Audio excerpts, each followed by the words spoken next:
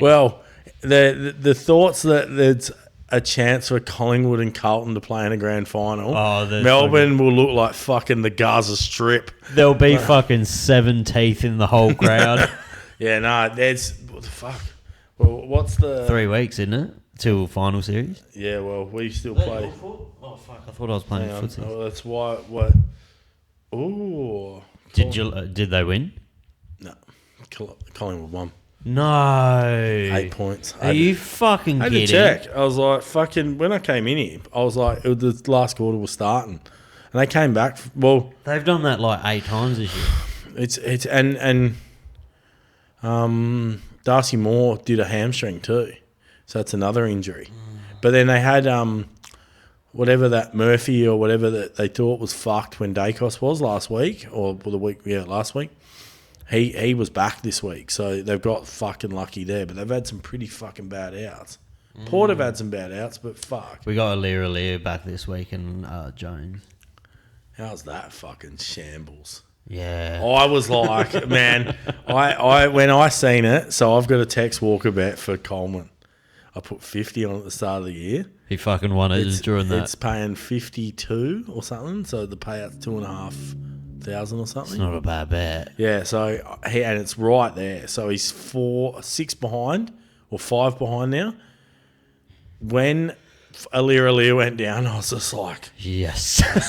let's go, Tex. Let's get 10. Well, he kicked 7, and Alir was seeing stars. But that was a fucking shambles. Like, how does Port... Do you know what's fucking crazy? They got fined 100 Gs. Yeah, well, but fuck, 100 Gs, what? The fucking AFL... Drop in a bucket. Well, the AFL going to pay it? It's AFL owns the fucking club.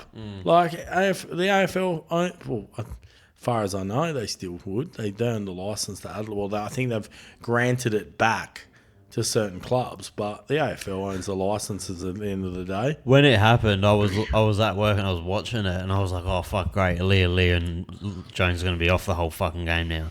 And then I look back like five minutes later, he's on. He's back on. Yeah. Like, why is he on? He was knocked out. Like he was like Justin Gaethje just fucking head kicked him.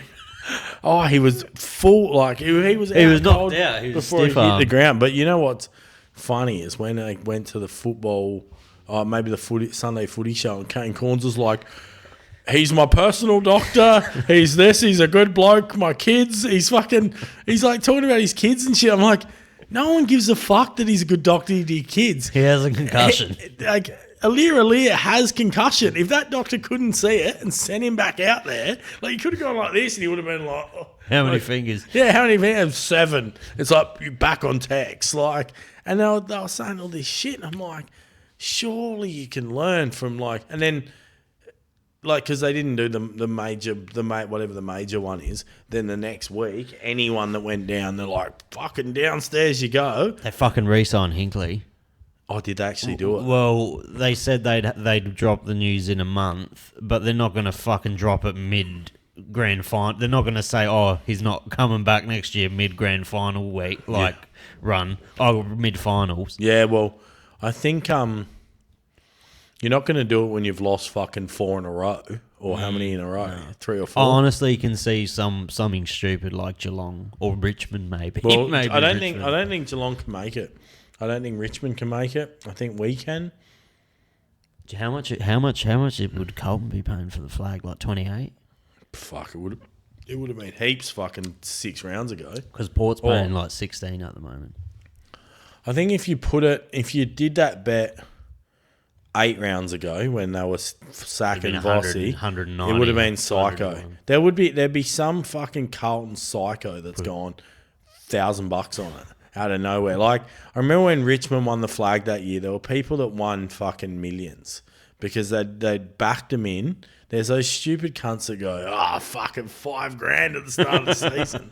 And then they go for it. It's like, if I had the balls, my Coleman bets were 50 on Darcy Fogarty, 50 on Tex.